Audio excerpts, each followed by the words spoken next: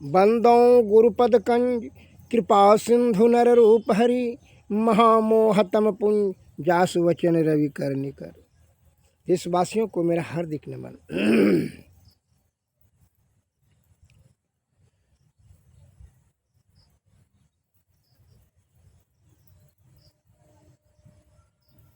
ये ज्ञान इंद्रियां से जो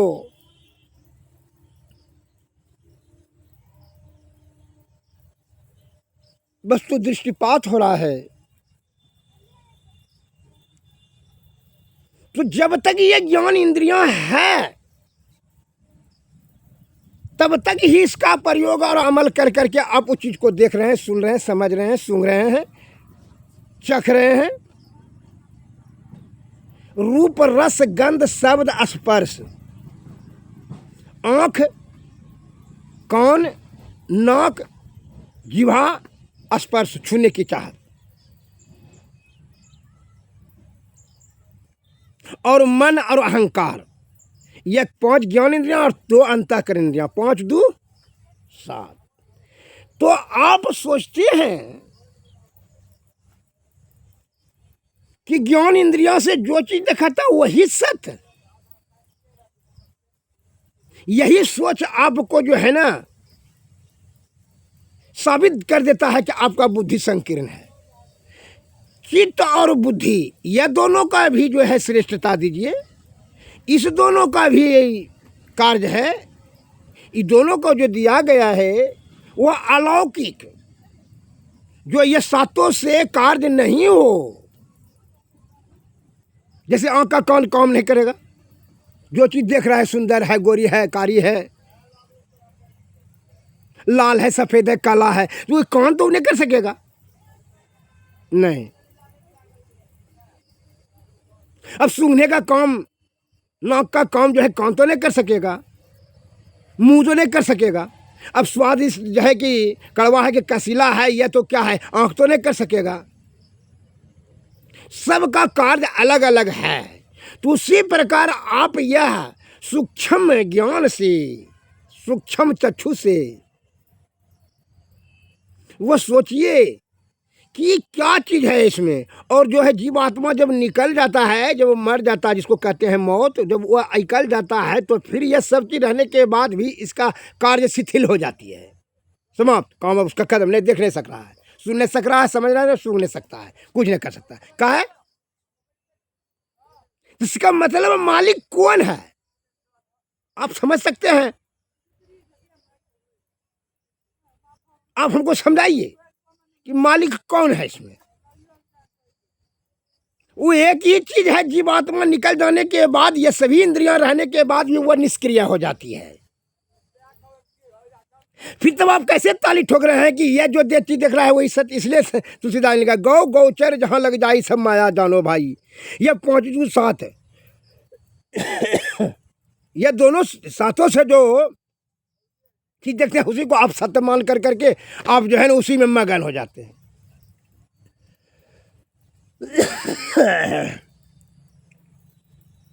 लेकिन मैं आपसे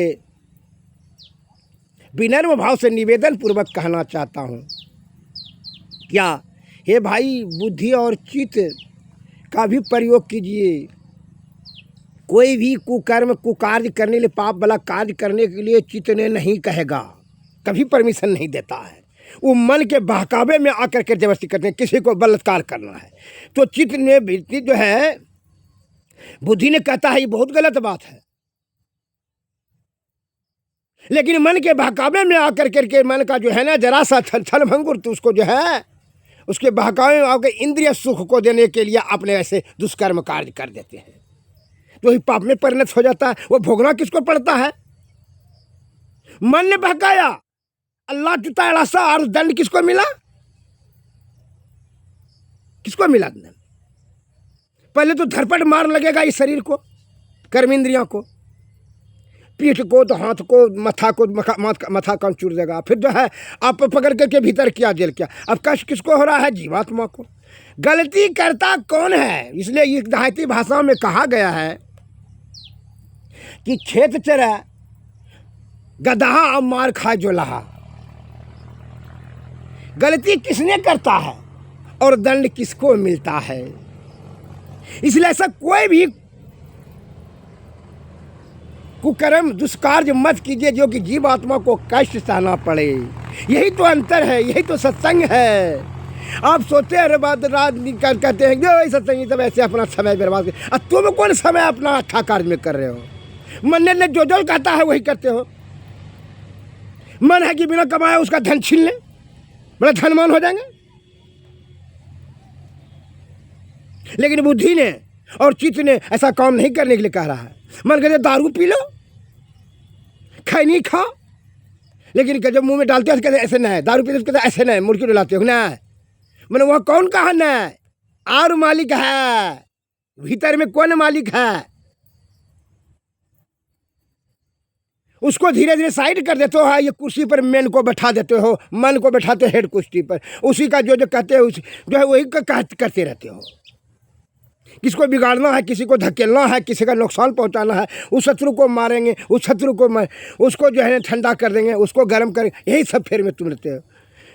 इससे क्या होता है, मन इसीलिए कहता है बड़ी शैतान है, बड़ा चंचलमान है, नीचे की ओर ले जाता है, हमेशा बड़ा गतिमान है।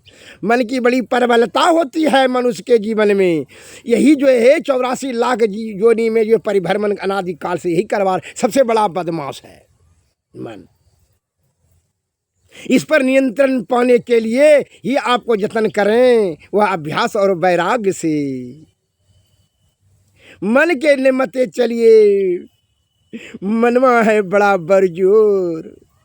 इस संत वाणी में भी आया है शब्द कि मनवा तो पंछी भया उड़ के चला आकाश, या ऊपर से गिरा यह माया के पास। ये माया के पास में गया, माया के नगर में विषय रूपी बाजार में लिपटा जाता है। कौन? जीवात्मा को बड़ा कष्ट देता है यह मन ने।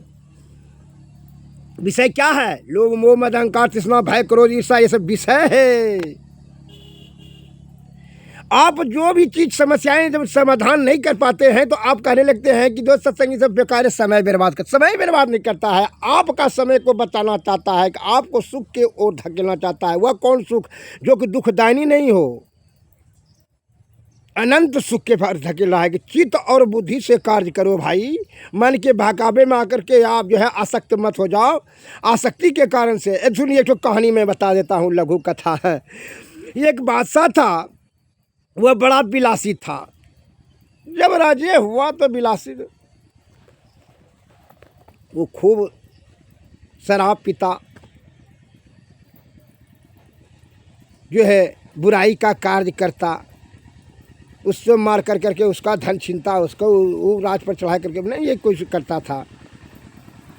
भोग विलास में हरदम लिप्त रहता था, कामनी कंचन को ही जो है उसमें लिप्त रहता था। मंत्री जी जब उनको जो है ना ज्ञान हो गया था, वो धर्मात्मा प्रवृत्ति का था मंत्री जी उनको कतनों समझाते थे, लेकिन कहता दो अच्छा करेंगे दो। आप मंत्री जी ऐसे खाली जो है ना सत्संग मत वाला बात बोलते, दो उससे क्या होता है, छोड़िए ना। जब जीवन मिला है तो मौज कर लेते हैं, सुख कर लेते हैं। मंत्री जी के बात को अवहेलना कर देता था।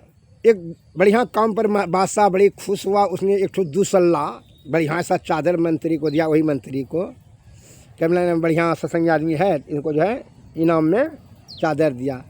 वह जब मंत्री जी चादर लेकर गया तो थोड़ा दूर पर जाने के बाद वह नेटा उटा पोंछने लगा। सर्दी हुआ था मंत्री जी को, तो वह मंत्री जी ने नेटा उटा पोंछने लगा। तो उसको एक तो सिपाही ने देख लिया, जा करके मंत्री जो है राजा साहब को कहता है कि मंत्री जी को जो आप चादर दिए ना हुजूर, उसके ना आपका नेटा उटा पोंछता है वही चादर में। तो उसको बड़ा गुस्सा आया। उसको बुला करके मंत्री जी जब आपको चादर दिए कि बोले से के लिए बढ़िया से कि तो आपने नेटा उटा पोंछते हैं, मल मूत्र पोंछते हैं, आपको कुछ जो है ना ये सब तरीका है आपका। आप कहते हैं हमने सत्संगी है, ये काम छोटा काम करते हैं, लेकिन इसमें छोटा काम कौन बात है।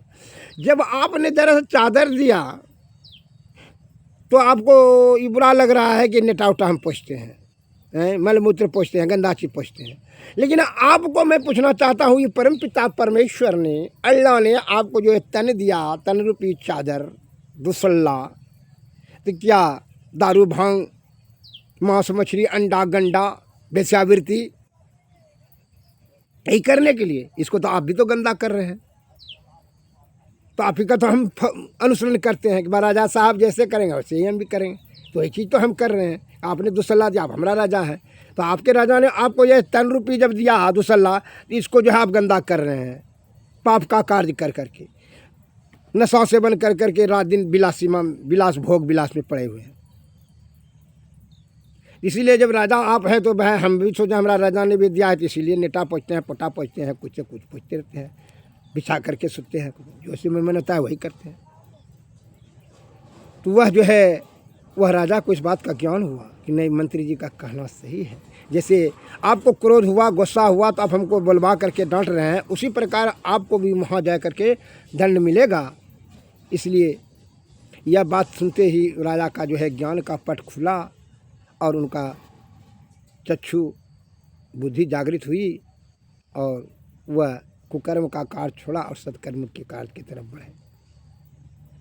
इसलिए मैं कहता हूँ सत्संगी लोग, आपके संत महात्मा लोग अनादिकाल से बताते रहे, ये है ज्ञान इंद्रियाँ है। ज्ञान इंद्रियाँ को जो है रूप रस गंध शब्द स्पर्श, यह जो है कौन उत्तेजित करता है? यह जो मन और अहंकार जो है दोनों ने मिलकर के इसको उकसा देता है।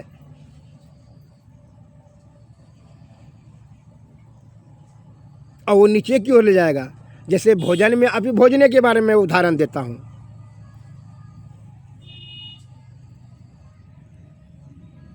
तब सुनने के बाद भोजन जब कहता है क्या, मान लीजिए कि हर्रा बेढ़ा कौवा महुआ बबूल जाबुन तिलकोचा गुजलती चिचरी बरियारा धूप, सादा भोजन, दाल भात तरकारी सत्तू घी दूध फल फूल मूल,